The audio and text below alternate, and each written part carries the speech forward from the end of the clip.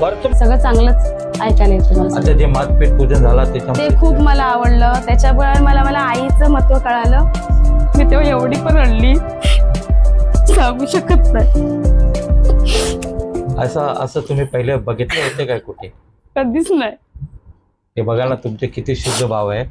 म्हणून तुम्हाला आता 2 दिवस झालाय, 2-3 दिवस, आणि तुम्हाला अजून आठवण आहे. आणि तुमची किती श्रद्धा आहे, किती भाव आहे, तुमची आत्मा शुद्ध आहे, म्हणून असा तुम्हाला अनुभव झालाय. मला माझ्या आईने पण खूप मेहनत केली, पण तुम्ही कार्यक्रम केला तेव्हा मला अनुभव आला की मी स्वतः आई झाली ती माझ्या आईने काय केलं असेल, एवढं मला सगळं त्यात कळालं. आणि माझी मुलगी पण खूप रडली आणि माझ्या पप्पाने पण खूप केलंय. पण माझी मम्मी खूप मेहनत करून लोकांकडे कामाला जाऊन आम्हाला मोठं वाढवलं त्याच्यामध्ये. तेच मला आता त्या दिवशी तुम्ही प्रोग्राम केला तेव्हा मला कळालं की आईचं महत्त्व काय आहे, तेव्हा मला समजलं. मी त्या दिवशी पण खूप रडली. मी आता पण एवढं सांगू शकत नाही. मी त्या दिवशी इथून जाऊन माझ्या आईला फोन केला, म्हटलं आई तू खूप केलंस माझ्यासाठी. मी तर तिथं कीर्तन केलं, ते सगळं ऐकून मला खूप हे वाटलं, म्हणजे सांगू शकत नाही. मग 14 फरवरीला आईला आईचंच हे करणं हे आणि तसं पण माझं लग्न झाल्यापासून मी हे साजरा करतच नाहीये. व्हॅलेंटाईन आहे, काहीच नाही. माझ्या नवऱ्याला पण नाही आवडत, खरं सांगायचं म्हटलं. आपली भारतीय संस्कृती नाही ना ताई, नाही बाहेरची संस्कृती. आणि हाचे जे विवाह आहेत त्यांना हे सगळे म्हणजे प्रॉब्लेम आहे ना. संस्कार जर खराब भेटला तर ते लोक काय करणार बघा तुम्ही. आणि आता तुमचं लग्न झाल्याच्या नंतर तुम्हाला माहिती आहे की असा नाही तसा नाही, त्याच्यामध्ये काहीच नाहीये. कंचन त्रिपाठी, मेरा नाम त्रिपाठी है, कंचन है। और मैं बाबूजी से दीक्षा ली हूँ, गुरुजी से 2003 में। और जब से दीक्षा ली हूँ मेरे साथ कुछ न कुछ अच्छा ही हो रहा है। मैं सोच नहीं सकती थी कि हमारे साथ ऐसे होगा। हम जब बाबूजी आए थे वहाँ कुंभ में, हम उनके आश्रम में वहाँ 19 दिन थे। उसके बाद जो है क्या कहते हैं, जब गंगा दशहरा था तो बच्चा हमारा वहाँ आश्रम में पढ़ता था, वहाँ से आया। और मेरा भतीजा था, हम थे, हमारी लड़की थी, हमारे आदमी थे, सब लोग थे गए नहाने। तो वहाँ बहुत गहरी गंगा जी नहीं थी, मगर जहाँ कुंड था ये बच्चे हमारे खेलते खेलते वहाँ चले गए। पहले तो बच्ची गई, बच्ची को दौड़ा रहा था हमारा भतीजा, मुंबई से आया था वो, तो उसको पता नहीं था, वही समुद्र में खेला था, जान नहीं रहा था कि हाँ गंगा जी इतनी गहरी है। और गया जो है, जब लड़की डूब गई उसके बाद वो भी डूब गया। फिर थोड़ी देर बाद बच्चा सोचा कि निकाल लेंगे, वो हाई स्कूल में था, गुरुकुल से आया था, वो गया, वो भी डूब गया। जब वो डूब गया जो है तो हम लोग तो देख नहीं रहे थे, वहाँ जो देख रहे थे 2 लोग आए निकाले। फिर एक लोग आए नाव से और बोले कि अभी एक बच्चा और है, एक बच्चा और है। वहाँ सब लोग कहने लगे नहीं नहीं, 2 बच्चे थे, निकल गए। मगर वो गुरुजी खुद साक्षात थे, और नाव से कूद के बच्चे को निकाले। और फिर हमारे पति के हाथ में जब उनको पकड़ाए बच्चे को, और पति सोचे कि उनका हम पैर छू लें, देखे तो गुरुजी वहाँ थे नहीं। और हमारे तीनों बच्चे बच गए। हम यहाँ गंगा घाट पे दान दे रहे थे, हम तो पता भी नहीं था हमको। हमारे बच्चों को कुछ भी नहीं आया, खरोच भी नहीं आया, वही जो पकड़ के निकाले थे बस उतना, वही नाखून थोड़ा बहुत लगा था, क्योंकि कुछ पहना नहीं था। तो बाद में आए हम लोग जो है, फिर निकाल के दिए, गुरुजी दिए, साक्षात आए, हमारे तीनों बच्चे बच गए। हम बहुत आभारी हैं गुरुजी के। हमेशा यही हरिओम हरिओम सबको सिखाते हैं, करते हैं। मोहल्ले में भी हम रहते हैं तो हरिओम की ही गुंजन होती है। हमारे यहाँ आते हैं तो हरिओम की पूजा होती है गुरुजी की। यही हमारे साथ हुआ, जैसे हमको गुरुजी दिए वैसे सबको दे। हर हमको बहुत कुछ दिए गुरुजी। हम बीमार रहते थे, अब हम स्वस्थ भी हैं। अब गुरुजी की कृपा है, हम पूजा पाठ करते रहते हैं, आश्रम भी आते हैं, जो थोड़ा बहुत रहता है दान पुण्य भी करते हैं। ये हमारी लड़की है, ये पतिदेव हैं। बच्चा हमारा बड़ा हो गया है, वो हाई स्कूल में था, अब बीटेक कर लिए, इंजीनियर हो गए, शादी भी उसकी हो गई है। गुरुजी की कृपा है, आश्रम में आते रहते हैं, यही सब हुआ। आप एक टीचर होने के नाते से मैं एक प्रश्न पूछना चाहता हूँ।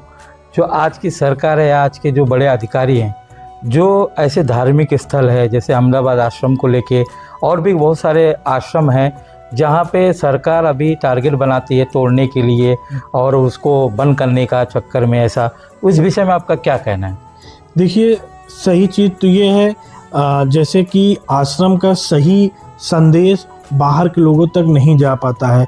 इसका सबसे बड़ा ड्रॉबैक है जितने भी आश्रम है वहाँ का सोशल मीडिया का वीक होना। एक्चुअल में क्या है, जो भी बाहर की सोशल मीडिया, जो आज हम कह सकते हैं बिकाऊ मीडिया है, वो वही चीज़ दिखाती है जो सच नहीं होता है। लोगों में क्या होता है, वो भ्रामक फैल जाती हैं। जो भी चीज़ वो बता देते हैं आश्रम में ऐसा हो रहा है वैसा हो रहा है, लेकिन ज़मीनी स्तर पे वो ऐसा होता नहीं है। ठीक है, तो उसके लिए हमें चाहिए कि हमारे जो भी आश्रम के हैं उनको व्यापक तरीके से सोशल मीडिया के तरीके से सही चीज़ें, सही इन्फॉर्मेशन डिलीवर किया जाए बाहर के लोगों तक। और जितने भी ये प्रशासनिक चीज़ें हैं उनको इसलिए नहीं पता चल पाता क्योंकि मीडिया इतना ट्रायल हो जाता है, वो प्रेशर में आ करके, प्रेशराइज हो करके वो लोग आनन फानन में गलत एफआईआर या डिसीजन लेना पड़ जाता है। ये अपितु प्रशासनिक ही नहीं, जो हमारा न्याय विभाग है, जो हमारे जज होते हैं, उनको भी इस मीडिया ट्रायल के चक्कर में कहीं ना कहीं जो है गलत निर्णय के लिए वो अग्रसर हो जाते हैं। इससे जो दोषी नहीं है उनको दोषी सिद्ध करना पड़ जाता है। तो ये कहीं ना कहीं बहुत बड़ा ड्रॉबैक है आज। और सबसे चीज़ ये है, मैं तो ये कहना चाहूँगा जितने भी प्रशासनिक है, जो भी किसी भी आश्रम पे उंगली उठाते हैं वो वहाँ जाके खुद प्रैक्टिकली अनुभव करें, उससे सही चीज़ पता चल पाता है लोगों के बारे में। आपने इतनी बढ़िया बात कही कि मैं बोल नहीं सकता हूँ, उसके लिए साधुवाद है। और जैसे आपने सोशल मीडिया का बताया तो मैं उदाहरण भी देना चाहूँगा। आपने वीडियोस भी देखे होंगे, नहीं तो मैं वीडियो भेज दूँगा कि अभी रिसेंटली मतलब हाल ही में अभी जो जैसे एक प्रेमानंद जी महाराज है उनके विषय में अनुरुद्धाचार्य के लिए भी ऐसा हुआ था। तो अनुरुद्धाचार्य जी ने जाके एफआईआर में दर्ज भी वहाँ देखा, बोला हमारे नाम का कोई केस नहीं है, लेकिन ये झूठी मीडिया, बोगस मीडिया ने ट्रायल इतना चला कि उनको ऐसे जेल में डाल दिया। और प्लस उन्होंने मंच पे आके अपने कथा के जरिए बोला कि ऐसे ही बापूजी, मैं यहाँ जब से मुझे 3-4 साल हो गया, मैं देखता हूँ आप लोग हमेशा सेवा में भी आते हो और सेवा में भी सहयोग करते हैं। अभी तक का जैसे बापूजी से मिलने के बाद और आश्रम की सेवाओं को लेके, और आप एक टीचर हैं जो समाज में जो कुरीतियाँ फैल रही हैं, जो वैलेंटाइन डे को लेके, प्लस और जो संस्कार हैं जैसे वृद्धा आश्रम बना दिए जा रहा है जगह जगह पे, और कोई बच्चे प्रॉपर्टी के चक्कर में अपने माता पिता को भी घर से निकाल देते हैं। आप एक टीचर होने के नाते से आप बताइए कि उनको क्या किया जाए या कौन से संस्कार ऐसे दिए जाए जिससे आने वाली हमारी पीढ़ी सुधरे और लोगों की भक्ति बढ़े, भगवान के प्रति रुझान बढ़े और अपने माता पिता की सेवा करें। हरिओम प्रभु।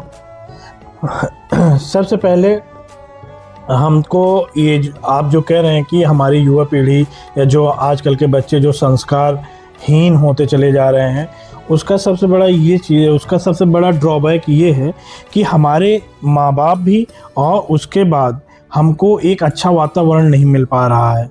ठीक है, तो एक्चुअल में क्या है, जो जब से बापूजी ने ये संदेश दिया है मातृपितृ पूजन दिवस, ठीक है, तो उससे क्या है, बहुत सारी चीज़ें जो बापूजी के सत्संग के द्वारा बहुत अच्छी चीज़ें संस्कार को लेते हुए बात करते हैं बापूजी। और आश्रम में आने के बाद यहाँ की जो एक्टिविटीज़ है आश्रम में, जो आज के पहले तो नहीं था, लेकिन बट अब जब से आप यहाँ कार्यभार संभाले हैं भगवान, तब से यहाँ की जो एक्टिविटीज़ हैं बच्चों को संस्कारवान बना रहा है। यहाँ पे एक नई एक्टिविटीज़ कराई जा रही हैं, लोग इससे बहुत ज़्यादा आकर्षित होते चले जा रहे हैं। यहाँ जो छोटे बच्चे हैं, नन्हे बच्चे हैं, यहाँ आश्रम में आते हैं, उनको अच्छी चीज़ें, अच्छी बातें देखने को और सीखने को मिलती है। सबसे बड़ी बात ये है। और आपके माध्यम से इस आश्रम में बहुत सारी चीज़ें, प्रकृति से जुड़ी हुई चीज़ें भी आगे की तरफ बढ़ाया जा रहा है। जैसे कि क्या होता है कि पहले बच्चे आते थे, अपना जो भी है भजन पूजन किए चले गए, लेकिन आज बच्चे यहाँ आते हैं, उनको अच्छा लगता है। तो यहाँ जो आप नई एक्टिविटीज़ कराते हैं, इससे वो लोग बहुत ज़्यादा आकर्षित होते चले आ रहे हैं। और बापूजी का सबसे बड़ा एक हम कह सकते हैं एक बहुत बड़ा शस्त्र है मातृपितृ पूजन दिवस। इससे क्या है, पूरे विश्व में एक व्यापक जो है प्रचार होता चला जा रहा है। लोग समझ रहे हैं कि हाँ, हम लोग ये जो पश्चिमी सभ्यता है इससे हमारे बच्चे बहुत दुखी होते चले जा रहे हैं, माँ बाप भी बहुत दुखी होते चले जा रहे हैं। तो माँ बाप को एक आस जगी है, किससे? ये मातृ पितृ पूजन दिवस से। और ये मातृ पितृ पूजन दिवस का अगर कोई सबसे पहले आह्वान किया वो हमारे आदरणीय परम पूज्य संत श्री आसाराम जी बापू जी की देन है, जिससे आज पूरा विश्व सुखद अनुभव कर रहा है। हरिओम। कल हम आए, फिर बापूजी उल्वे में उन लोग को एकदम पास से दर्शन देके प्रसाद दिए। फिर वो वीडियो मोबाइल में आया। जब हमने वो मोबाइल में वीडियो देखे, हम लोग इतना मन को इतना तड़पे कि बापू आप पास में आके, लेकिन सेवा थी, बापू ने सेवा दिया था कि नहीं आपको अपने सोसाइटी में प्रोग्राम करना है। फिर मेरे बड़े भैया जो प्रतापगढ़ में चिलविला आश्रम में संचालक है वो आए थे, तो बोले हमको तो आपकी सोसाइटी में कार्यक्रम करना है मातृ पितृ पूजन दिवस। तो हम लोग बोले ठीक है अपन करेंगे। तो हम लोग को उसी दिन प्लान बना कि हम अपने सोसाइटी में रखते हैं। और बापूजी की इतनी कृपा कि बापू उसी दिन मुंबई में पधारे, मुंबई में पनवेल उल्वे आश्रम में आए। पनवेल में ना कि पनवेल से थोड़ा सा दूर उल्वे है, उधर आए। फिर हम लोग इतना तड़पे हम लोग बोले आज हमारी सेवा है और हम लोग बापू से मिले नहीं। फिर हम दूसरे दिन रायता आश्रम गए। फिर वहाँ बापूजी की इतनी कृपा, पहले तो खूब दर्शन दिया बापू ने, घूम के भजन चलाए, नाचे गए। फिर बाद में हम लोग ने थोड़ा सा बातचीत करके अंदर सानिध्य मिला बापू का, पीछे हम लोग गए, बातचीत किए। बापूजी ने थोड़ी देर मुझे हाथ पकड़ा। फिर मेरे बड़े भैया से उन्होंने पूछा कौन है तुम्हारे बड़े भाई, तो मैंने बोला कि वो इधर के हैं, प्रतापगढ़ के संचालक है। उनसे बात की, उनका जो मार्गदर्शन था उनको दिया। फिर मुझे आज्ञा चक्र पर अंगूठा लगाए, बोलते तू तो बापू की बेटी नहीं है, तू बापू का बेटा है, तू तो मर्द है। मैंने प्रसाद किशमिश मांगा तो बापू ने मुझे और एक एप्पल उठा के दे दिया। बोलते बिंदास रहे, कुछ टेंशन नहीं, सेवा साधना कर और अच्छा बन और सबको अच्छा बना। ये सब बापू ने बातें की। बहुत हमको तो यकीन नहीं हो रहा है कि हम बापूजी के दर्शन करके आए, और अभी तक यकीन नहीं हो रहा, क्या बोलूं, शब्द ही नहीं उसके आगे। कसम से बापूजी सेवा साधना और विश्वास तड़प जो रहेगा तो बापू कहीं भी मिल सकते हैं। हरिओम।